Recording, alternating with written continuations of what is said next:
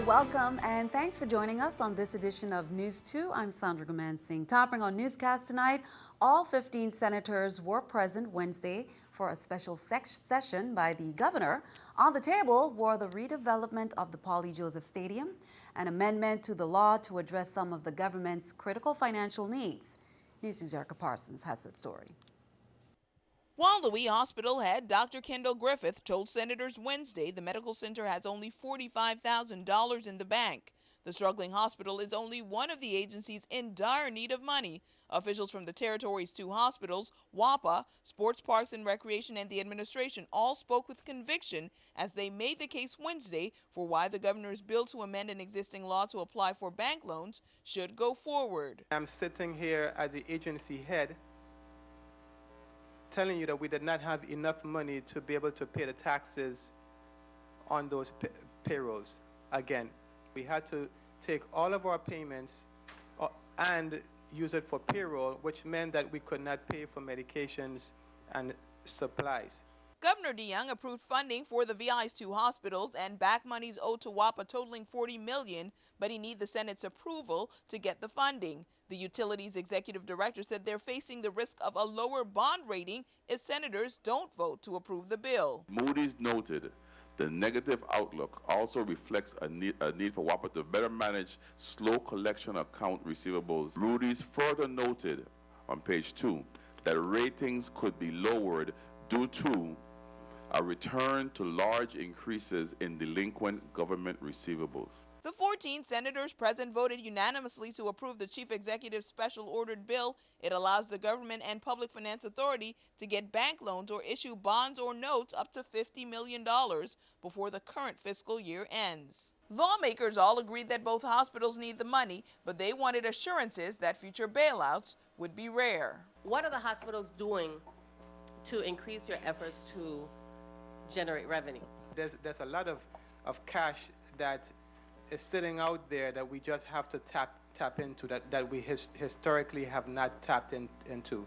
So just by improving our billing efficiency, we're going to see a few million dollars coming in.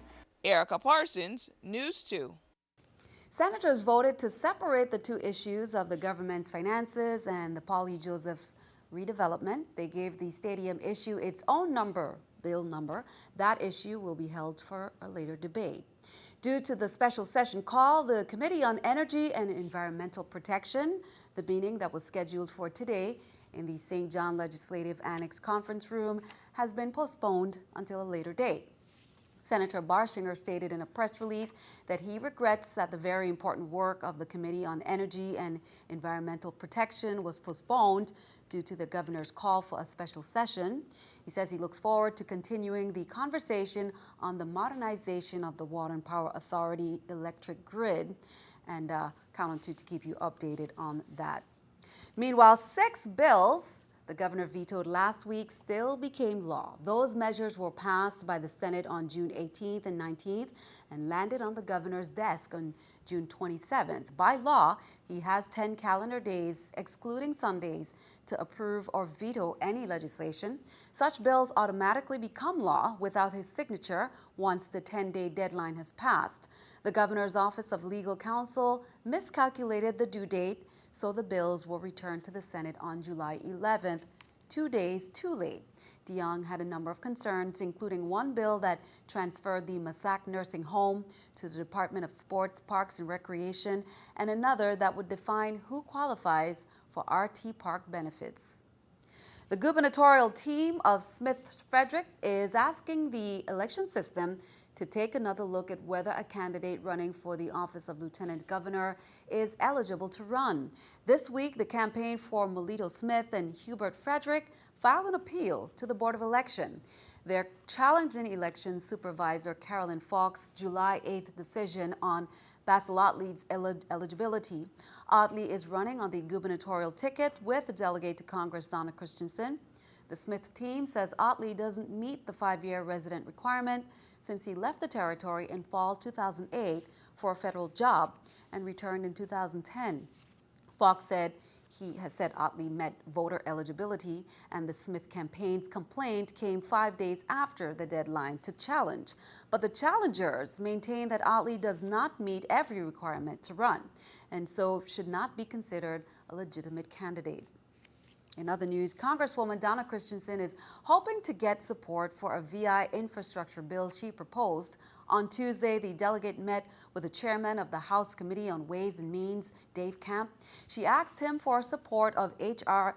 3821, the Derek M. Hodge Virgin Islands Improvement Act of 2013. That bill would establish a privately funded Roth IRA called the VI Infrastructure Plan. The account would be capped at $50 billion with an annual federal tax of 1.5%. The VI would get roughly 27% of the tax collected to be used for infrastructure projects, and the federal government would keep the other 73%. Christensen said Tuesday's meeting with Chairman Camp in Washington was a positive one. Well, as we reported last week, St. Thomas St. John fire personnel were training in rope handling. The fire service, in conjunction with Vitema, provided the training designed to prepare firefighters for use of ropes and other equipment to effectuate a comprehensive rescue operation and catastrophic event. Darrell George, Assistant Director of the Virgin Islands Fire Service, said this week approximately 16 fire personnel were selected to attend a low-angle rope rescue training, and those scheduled selected firefighters who are successful in the 5-day training will be certified as technicians in rope rescue operations and will be members of the newly created task force to conduct urban search and rescue operations. Under the guidance of Chief Andre Smith, this team will be put together, and then in August we'll be moving to St. Croix to do a similar event on St. Croix. So we're moving in the direction to get certified by FEMA to have an urban search and rescue team in the territory. So the fire service is doing some great things.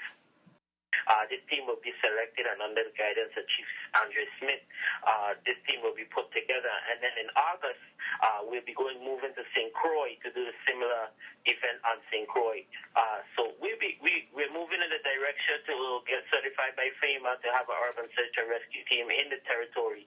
So the fire service is doing some great things.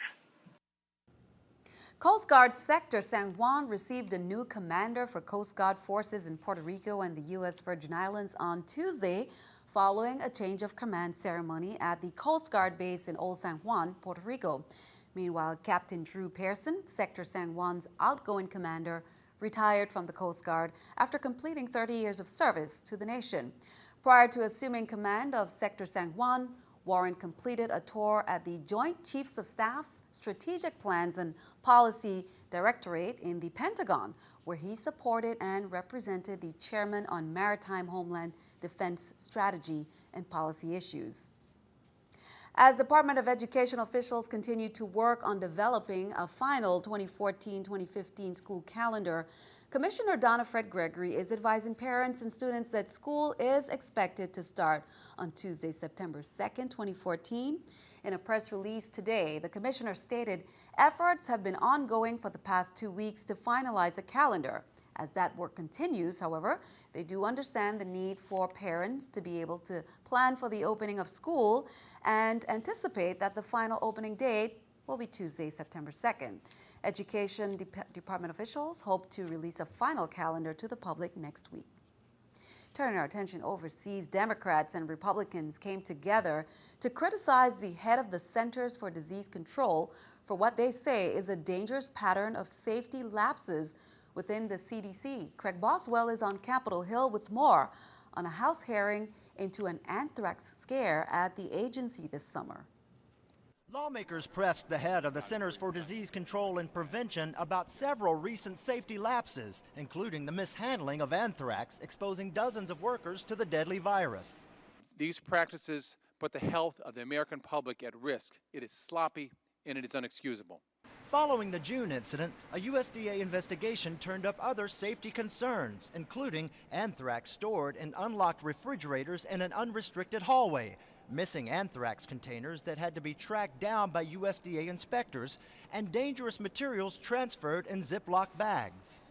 What in heaven's name would go through the minds of some scientists thinking a Ziploc bag is enough to protect someone from anthrax? It was handled by the staff in those lower containment laboratories as if it were not infectious. This is like saying, I didn't know the gun was loaded. The CDC director told lawmakers he recognized, in hindsight, the pattern of lapses, and the agency is taking steps to improve safety. We have concrete actions underway to change processes that allow these incidents to happen, reduce the likelihood of an occurrence in the future, and apply the lessons broadly. But some lawmakers question whether the CDC can change the way it operates. Craig Boswell, CBS News, Capitol Hill. And keeping our eye on the economy, BMW is recalling about 1.6 million of its most popular cars because of an airbag problem. The expanded recall is for 3 series models made from 2000 to 2006. The issue, airbags made by Tokyo-based Takata can rupture, causing a malfunction or an injury from flying debris. The problem has led to recalls of millions of vehicles made by a number of auto manufacturers, including Chrysler and Ford. Here's a look at the New York Stock Exchange with our stock market watch. Everything up. The Dow, NASDAQ, S&P. The Dow, 77, NASDAQ, 9, S&P 8. Coming up on News 2, members of Rotary Sunrise Club donated $2,500 to My Brother's Workshop. Find out what that money will be used for. Plus, our summer fun idea. Ever took a ride on the tramway? You'll be treated to stunning views and multiple scenic lookout points. And once up there, there's much more to do.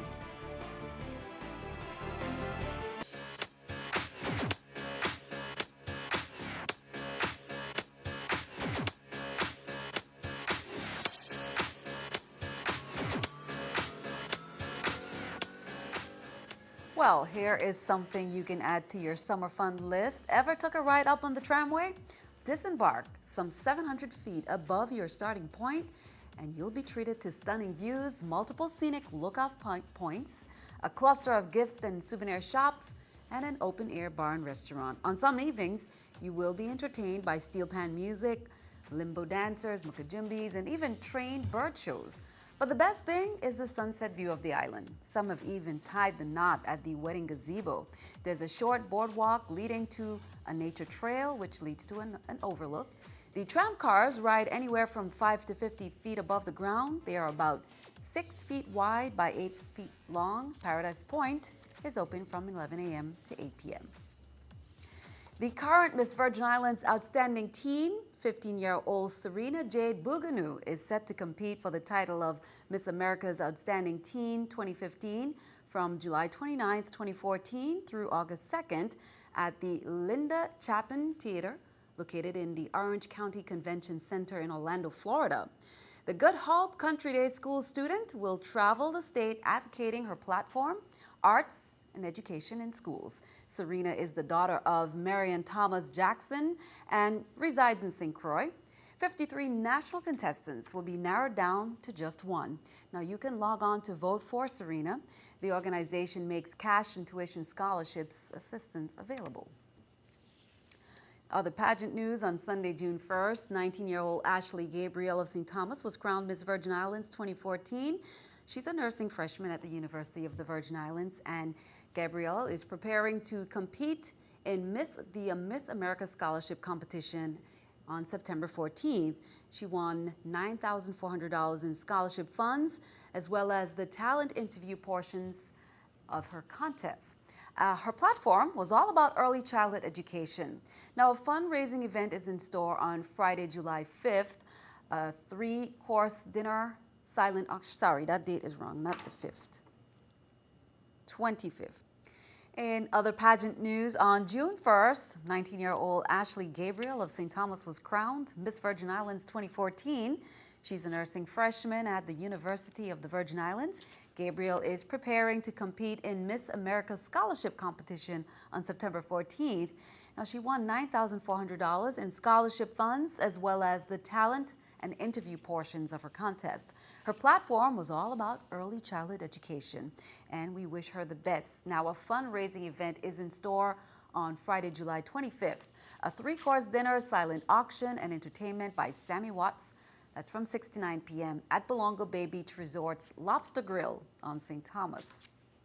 Scott Bradley, the founder of My Brother's Workshop, was joined recently by several Rotary Sunrise members as they purchased essential tools and equipment in Home Depot that the workshop needed to continue its mission of training at-risk St. Thomas youth with marketable vocational skills.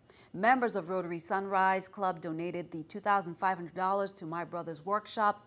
Students usually begin the program with a 3-month introductory program and then advance to a 9-month pre-apprentice program. Students graduate from My Brother's Workshop when job placement is found or the student decides to further their education through programs such as Job Corps. St. Croix Innovative Business Center is closing early on Thursday, July 17th. St. Thomas, St. John, and St. Croix, and that's because innovative companies will be hosting the next St. Croix Chamber of Commerce Business After Hours event at the Innovative Business Center atrium. That's from 5:30 p.m. to 7:30 p.m. The Innovative Business Center, including innovative telephone, cable TV, and long distance, will close at 4 p.m. The Innovative Wireless Retail Kiosk at Plaza Extra West will also close at 4 p.m. to prepare for a spectacular evening of networking in business and class. All other innovative locations will maintain normal business hours. Be sure to stick around. Your News 2 AccuWeather forecast is coming up next.